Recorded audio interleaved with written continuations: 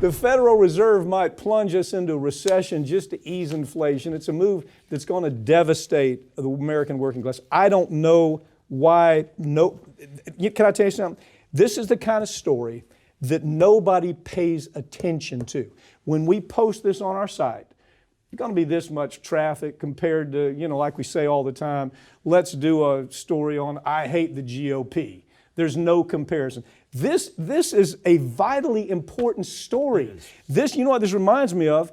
It reminds me of Greenspan, who just completely ignored what was going on with the housing market and was trying to solve the inflation. Well, you pick it up from here. Yeah, what we've got now is we got Fed Reserve Chair Jerome Powell, who warned us explicitly. He said, listen, the pain is coming.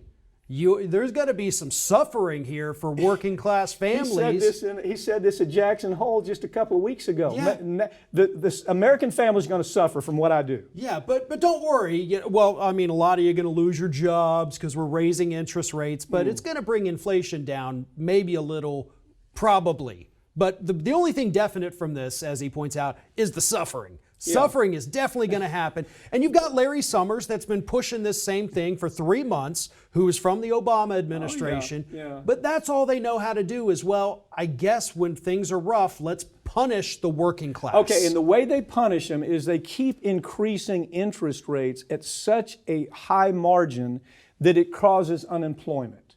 It's not only that you can't buy a house. It's not that you can't buy a car. It is that it causes unemployment because the corporation that's having to pay those rates, they can't hire enough people. Yeah, they can't borrow as much money anymore, so they have less operating capital. When they lay people off, then those people have less money. That's the trickle down. That's the real trickle down economics, is that there's less money flowing around, and those at the lower end of that totem pole, they're the first ones to feel that pain. We saw it with Volcker in the 70s and the 80s. We saw it with Greenspan. Now we're seeing it with this cat.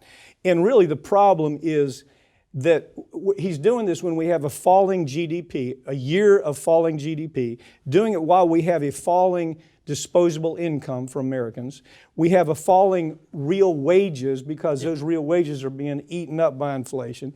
And it's just exactly like Volcker and Greenspan did. And it's like he never took a look at the book. He never looked at the history book. It's the same thing happening. Now, even though people, they won't read this story, they won't watch the story, they'll only say, well, God, I wonder why I can't get a job. Wonder why I can't buy a house. Wonder why I can't buy a car. Well, and to make it worse too, this is exactly what they've done, like you've said in the past. They're creating a recession to hurt people, but we're also not addressing the real big cause of inflation, Good point. which is the corporate greed that you and I have stood here and talked about half a dozen times in the last 3 months. These ridiculous markups from corporations just because they can. If you don't address that, you're not fixing anything. Yeah, you hit a really good point here, Farron, and I don't think we ought to leave the story without talking about it. First of all, your argument is that the real problem is too much corporate power and too much corporate influence.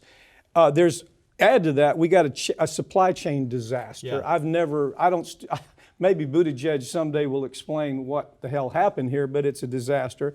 We've got a war in Ukraine. You have all those things converging, but the most important thing is that we've given corporations too much power over what the Fed does. Yeah. That's what happened the last burn down on the mortgage. The corporation had too much power. And it's a simple analysis. It used to be that, for example, doctors used to own hospitals, right?